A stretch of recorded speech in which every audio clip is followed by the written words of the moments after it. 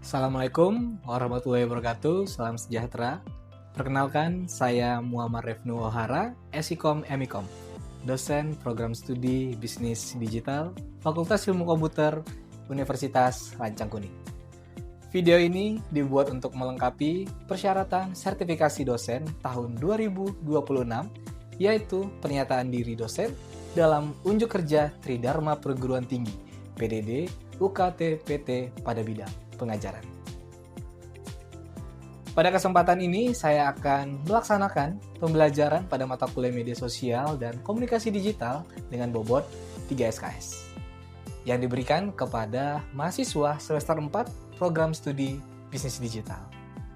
Mata kuliah ini dilaksanakan sebanyak 14 kali pertemuan ditambah 1 kali ujian tengah semester atau UTS dan 1 kali ujian akhir semester atau UAS.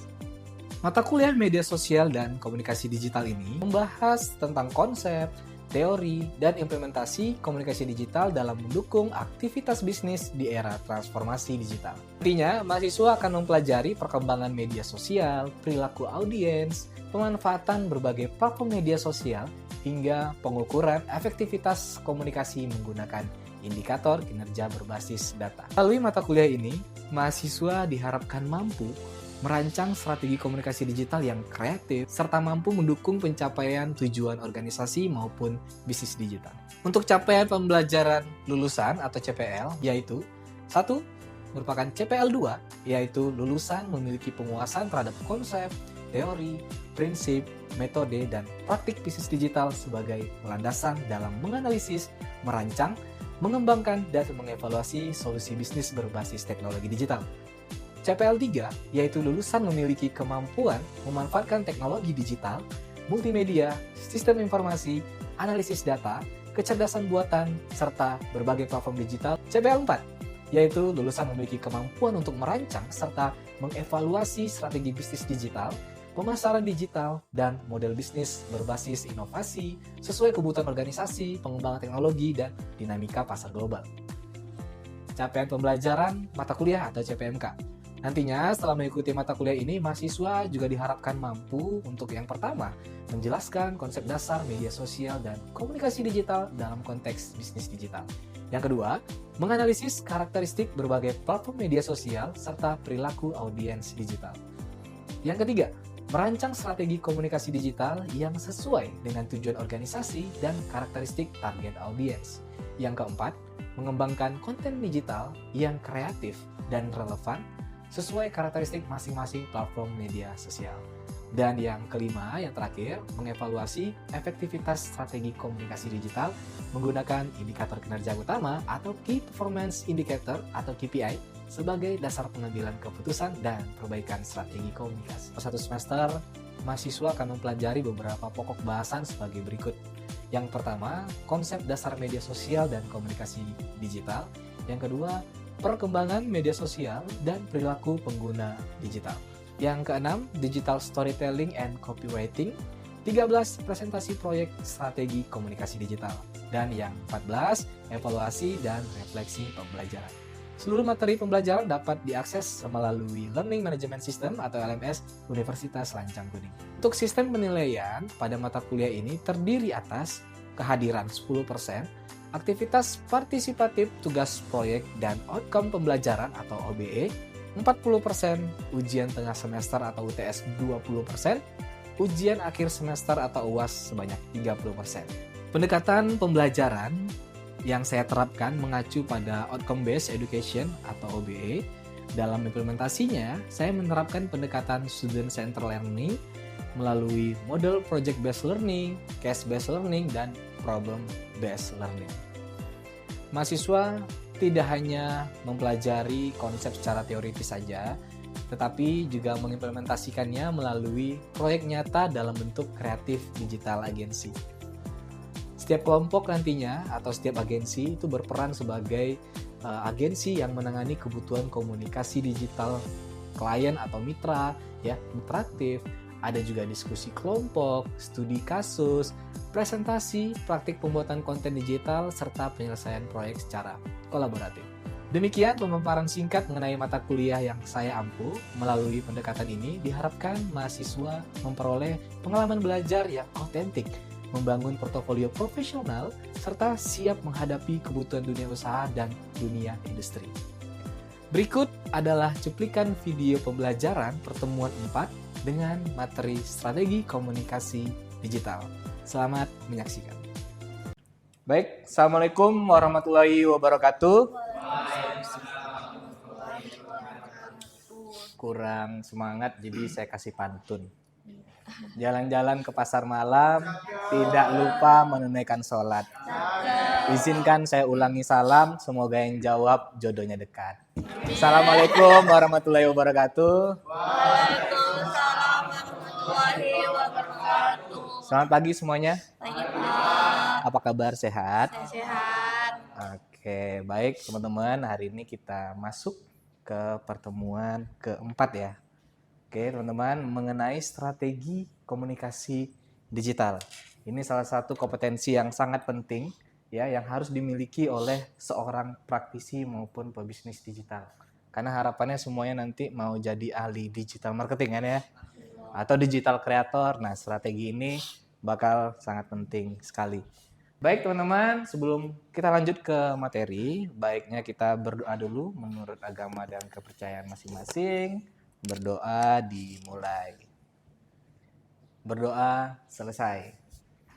Baik teman-teman, silakan nanti dibuka LMS-nya, headlink-nya, karena kita akan melakukan absensi secara manual saja dari sana. Silakan. Oke, baik teman-teman sekalian. Kalau udah absen semua, sambil kalau masih ada yang absen nggak apa-apa, kita akan lanjut ke tujuan atau capaian pembelajaran pada hari ini. Teman-teman sekalian, pada materi ini, di sini jelas ya, kita akan menentukan konsep strategi komunikasi digital itu seperti apa, terus juga menjelaskan bagaimana hubungan strategi komunikasi dengan tujuan bisnis digital yang ada di perusahaan, ataupun di startup, ataupun di usaha-usaha yang sedang berjalan saat ini. Lalu mengidentifikasi karakteristik strategi komunikasi digital itu seperti apa, ya, menjelaskan tujuan penerapannya seperti apa, dan menjelaskan komponen-komponennya ada apa aja. Saya sudah membagikan dashboardnya, teman-teman udah pada buka, saya lihat di komputernya. Jadi hari ini kita agak beda, kita nggak pakai PPT, kita pakainya dashboard biar pembelajarannya lebih asik. Harapannya teman-teman sekalian, kalian itu tidak hanya memahami soal teori, ya, tapi mampu menerapkannya ketika mengelola media sosial di sebuah organisasi, perusahaan, ataupun bisnis. Oke, baik, sebelum masuk ke materi ini, ada yang masih ingat minggu lalu kita belajar apa? Oh ya, Senia? Komunikasi digital. Oke, good. Ada lagi? Ya. Karakteristik media sosial. Ulang. Karakteristik media sosial. Oke, ada lagi? Bagaimana media digital mengubah cara organisasi berkomunikasi dengan masyarakat? Oke, mantap. Jawabannya tiga-tiganya nice. Berarti minggu lalu masuk semua nih materinya. Minggu lalu jelas sekali kita membahas mengenai bagaimana komunikasi digital itu karakteristiknya di media sosial seperti apa, bagaimana media sosial mengubah cara pandang organisasi berkomunikasi dengan masyarakat. Oke, teman-teman, kita akan langsung masuk aja nih ke materinya. Silakan teman-teman bisa lihat how atau merancang sinyal yang sampai ke pelanggan, atau siapa di sini yang familiar menggunakan media sosial. Biasanya gunain apa? Instagram, TikTok, Oke. WhatsApp. Oke, ada lagi? Selain itu? Atau familiar dengan yang tadi disebutkan Instagram, TikTok. Oke. Biasanya penggunaannya untuk apa? Scrolling. Cari informasi. Ada lagi? Stalking mantan. Stalking mantan ada? Ada. Wah, kelihatan nih, harus ditandain nih. Tadi ada yang bilang check out, berarti menggunakan media sosial juga sebagai e-commerce? Oke, sip. Sekarang ada pertanyaan lagi nih. Kalau untuk menggunakannya selain mencari, kalian pernah menggunakannya sebagai bahan untuk mengupload nggak? Mengupload apa biasanya? Oh, video. Oke. Ada nggak yang udah capek-capek ngedit, ya, kasih warna, ngasih editnya yang bagus, tapi pas di posting view-nya lebih banyak follower kita. Pernah ya? Pernah ya? Sering ya? Ya kan? Terus kebalikannya, ada yang sering posting, postingannya biasa aja, gambarnya nggak ada touch up-nya, nggak ada editannya, tapi views-nya jutaan. Ada sering lihat kayak gitu? Pertanyaannya kenapa? Apakah dia pakai kamera harganya 1 miliar? Enggak, sama aja. Apakah dia pakai editor kelas artis? Gitu. Atau kelas production house? Enggak, editingnya aja kurang bagus gitu. Tapi kenapa bisa kayak gitu? Ada yang tahu kenapa? Mungkin dia pintar membaca algoritma ya sosial media. Oke, pintar membaca algoritma. Apakah selalu semuanya berbicara tentang algoritma? Ada lagi mau jawab? Kandungan ya? Berapa bulan? Kandungan isi. Oke, berarti susunannya ya. Apa-apa aja materinya. Oke, ya. Pan? Audiensnya tahu. Oke, benar. Jadi teman-teman, seringkali jawabannya itu adalah seperti yang teman-teman sampaikan tadi, ya. Ada algoritma, ada isi, ya, ada tren gitu. Tapi sebenarnya bukan hanya sekadar kita untuk mengetahui poin-poin tadi, tetapi kita betul-betul tahu ya pesan apa yang sedang dibutuhkan atau apa yang ingin didengar oleh masyarakat atau target audiens kita. Maka dari itu kita bakal menyusun nanti yang namanya strategi komunikasi. Oke, kita lanjut. Kita akan bedah satu-satu nih kata-katanya. Mulai dari yang pertama, strategi. Kalau besok saya bilang ke teman-teman, besok kita berangkat yuk ke Bukit Tinggi. Jawaban kalian apa? Mendadak banget. Gas. Mendadak. Oke, Pak. Kapan lagi, Pak, berangkat? Ya kan? Benar ya? Terus apakah itu aja yang mau kita bahas? Enggak. Apa lagi? Persiapan. Nah, itu dia. Mau naik apa? Mas jalan kaki, Pak? Atau numpang pickup, Pak?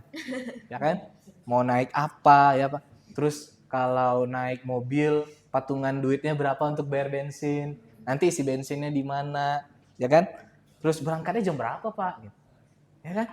Main berangkat aja nunggu-nunggu jam 12 siang, rupanya berangkat subuh saya. Saya dari kilo 9. Nah, kan? Terus berhenti makannya nanti di mana, Pak? Nah, itu semua berhubungan dengan yang namanya strategi, perencanaan, ya. Dalam bisnis juga sama, ya. Kalau kita sebuah perusahaan bilang, pokoknya upload konten setiap hari. Itu bukan strategi, tapi itu aktivitas. Yang benar adalah kontennya konten apa, Pak?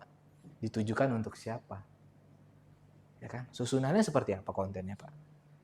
Nah, itu dia. Dan kita lanjut ke yang kedua, itu adalah komunikasi. Simpelnya, ini kan bahasanya kalau di dashboard, kalau kalian baca di komputernya, itu kan panjang ya. Tapi simpelnya adalah ada orang yang mengirimkan pesan ke orang yang menerima pesan. Dan orang yang menerima pesan mengerti pesan yang disampaikan. Ketika itu sebaliknya, orang yang menerima pesan tidak mengerti, tidak terjadilah yang namanya komunikasi. Kalau kita ke bawahnya, komunikasi digital gimana dong?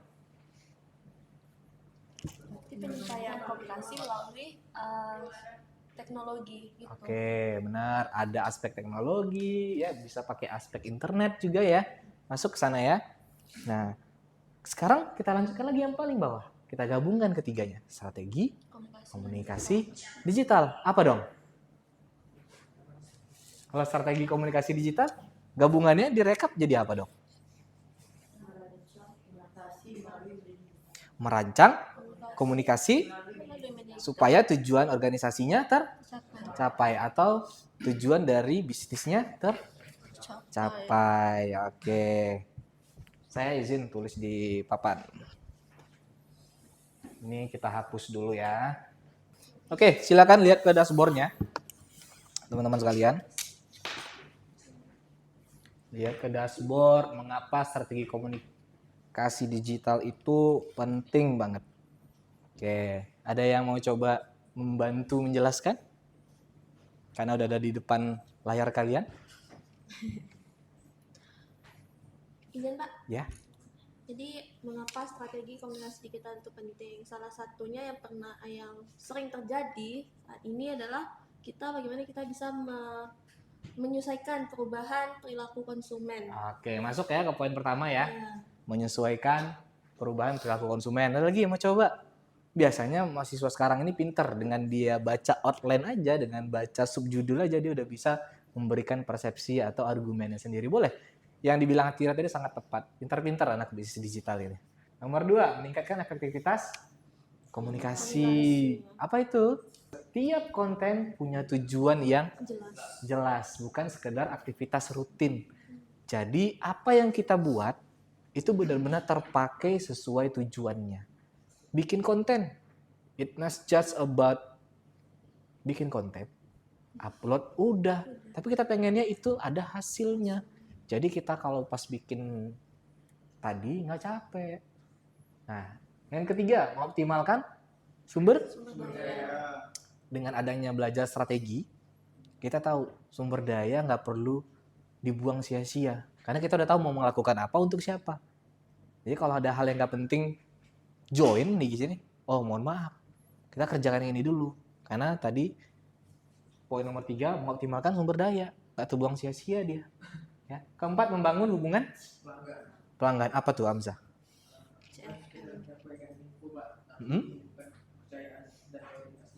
Oke, pinter banget. Kita bukannya sekedar ini ya, apa namanya, ngasih info ya ke pelanggan ya.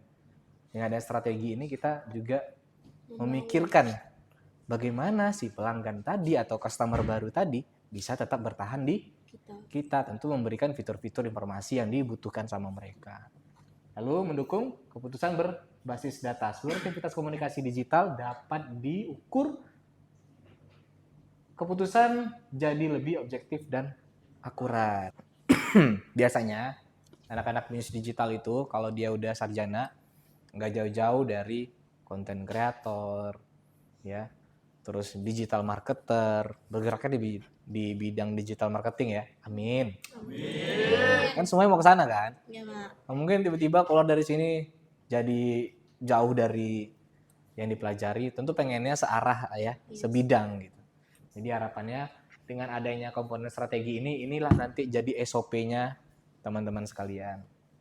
Oke, boleh dilihat analisis situasi. Nah, teman-teman, yang paling gampang untuk memulai komponen strategi itu adalah satu, analisis situasi.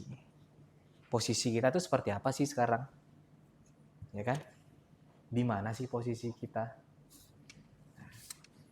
Tuh, memahami posisi organisasi saat melalui analisis SWOT, ya, kompetitor, audit media sosial, dan perilaku pelanggan. Contoh kasus, itu ada contoh kasusnya, baca di dashboardnya, UMKM kuliner dengan produk berkualitas tapi followersnya sedikit. Ya, ternyata masalahnya bukan produk, ya, produknya bagus, melainkan konten yang hanya berupa foto tanpa cerita, edukasi, atau interaksi. Dia udah menganalisis sendiri situasi dia seperti apa. Nah, yang kedua, menentukan tujuan. Biasanya pendekatannya adalah SMART. Ada yang bisa bantu saya menjelaskan apa itu SMART sesuai dari dashboard yang udah kalian baca? Dashboard yang udah teman-teman baca? Yang pertama, S-nya apa?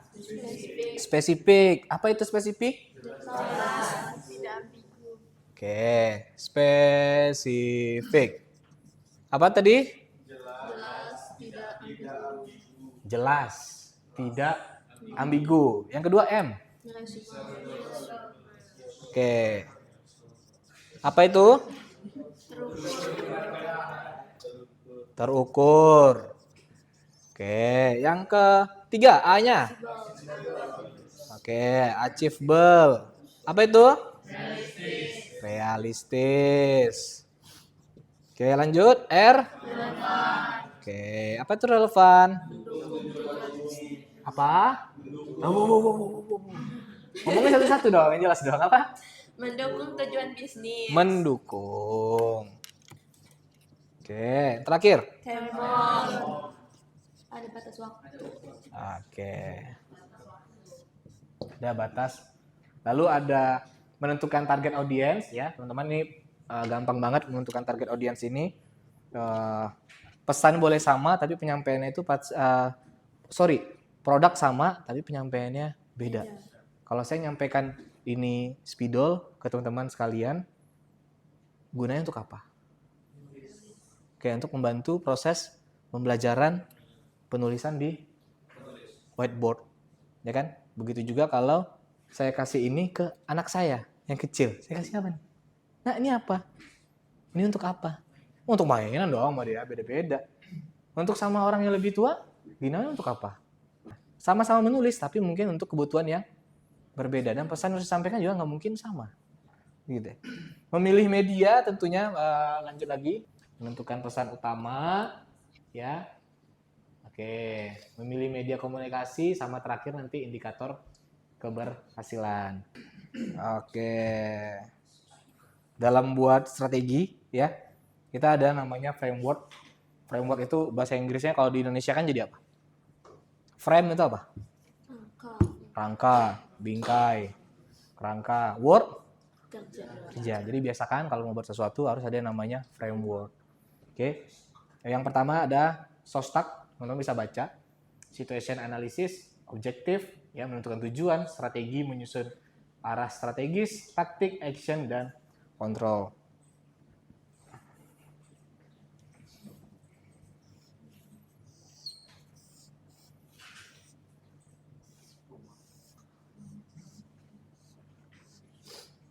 Pintunya di tengah lah ya.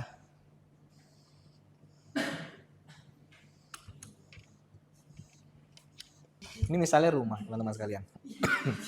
Kalau teman-teman mau bangun rumah, apakah yang pertama kali dibeli langsung semen? Apa dong dibeli? Yang rancangan rumah itu dia. Yang harus dibeli adalah jasa untuk perancangan rumah. Karena kalian belum tentu bisa untuk merancang rumah, ya kan? Rancangan arsiteknya seperti apa? Blueprintnya dulu. Nah, jadi teman-teman sekalian, SOSTAK ini adalah pendekatan untuk framework pembuatan strategi, ya. Ini sifatnya jangka panjang. Perusahaan kalau mau buat strategi, misalnya, ya, coffee shopnya Pak Ohara buka cabang di Rumbai. Nah, SOSTAK itu adalah memperkirakan atau membuat strategi, ya, dalam jangka waktu sekian. Misalnya dalam 1 tahun pembukaan, ya, udah mau buat apa aja.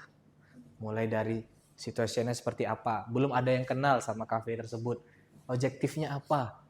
Dalam 1 tahun nanti harus ada misalnya 10.000 pengunjung atau 5.000 pengunjung. Setahun ya, bukan sebulan ya. Nah, strateginya apa? Konten, iklan, dan lain-lain. Taktiknya melalui pakai iklan apa aja, di media apa aja. Action, siapa nih yang ngerjain nanti? Dan kontrol, bagaimana mengukurnya nanti. Ini cara keseluruhan ya. Ini taruhlah coffee shop tadi ya. Dalam waktu 1 tahun. Ini SOSTAK. Bagaimana dikenal? Kita lanjut yang kedua. Ada namanya RACE. Teman-teman bisa diklik aja. Itu bisa diklik kok. RACE. Nah, membantu organisasi memahami perjalanan pelanggan customer journey, ya, dalam lingkungan digital berorientasi pada meningkatkan konversi loyalitas. Nah, ini sifatnya adalah kalau tadi pemikiran strategi jangka panjang. Kalau ini memikirkan konten. Ya, memikirkan untuk kita, ini kan perjalanan pelanggan ya. Pelanggan yang tadi belum tahu tentang coffee shop ini. Untuk nge-reach dia atau menjangkau dia, apa yang dilakukan? Promosi. Bikin iklan. Benar kan? Untuk mendorong audiensi berinteraksi. Setelah kita bikin iklan, dia kunjungi Instagram kita. Di Instagram kita nanti kita support lah dengan konten-konten yang dibutuhkan sama dia. Lanjut boleh teman-teman ke AIDA. AIDA itu adalah susunan dari konten. Mulai dari attention, pembukaannya seperti apa untuk menarik atensi dia. Interest, di-share, dan action. Di sini nih AIDA tuh. Dan ISAS. Nah, kalau ISAS, ini beda lagi. Perbedaan utama dengan AIDA terletak pada tahap search and share ini bukan dalam konteks konten teman-teman. Bukan di sini dia. Tetapi kalian melihat dari sebaliknya, dari pelanggannya. Dan yang terakhir, ini yang paling enak adalah see, think, do, care. Mengelompokkan audiens berdasarkan tingkat kesiapan mereka dan melakukan pembelian membantu menyusun komunikasi berbeda-beda pada tiap tahap pelanggan. Ini pola pikirnya atau pandangannya dari tim marketing yang mengerjakan. Oke, setelah tadi udah bikin frameworknya, ya, udah tahu pendekatannya seperti apa yang disampaikan ke calon pelanggannya atau target audiensnya, kira-kira kalau udah dilakukan, udah dieksekusi, apa dong yang kita laksanakan selanjutnya? Mengukur keberhasilan. That's why tadi di atas sudah disinggung, cuman ini adalah indikator yang bisa teman-teman angkat. Ya, yang pertama ada rate, jangkauan, impression, engagement rate, click-through rate-nya, conversion rate, sama follower growth-nya. Mostly tidak semuanya bisa dipakai untuk postingan biasa, tapi kalau mau pakai full biasanya untuk mengukur yang diiklankan, yang di-ads kan, kayak gitu. Silakan dibaca ya studi kasusnya. 24 kreatif agensi memperoleh proyek mempromosikan cabang baru coffee shop-nya yang tadi. Coffee shop lokalnya Pak Ohara yang terbaru. Ya kan? Sebagai tim konsultan komunikasi digital, diskusikan 3 pertanyaan berikut. Oke, dengan begitu saya persilakan untuk teman-teman berdiskusi dengan agensinya.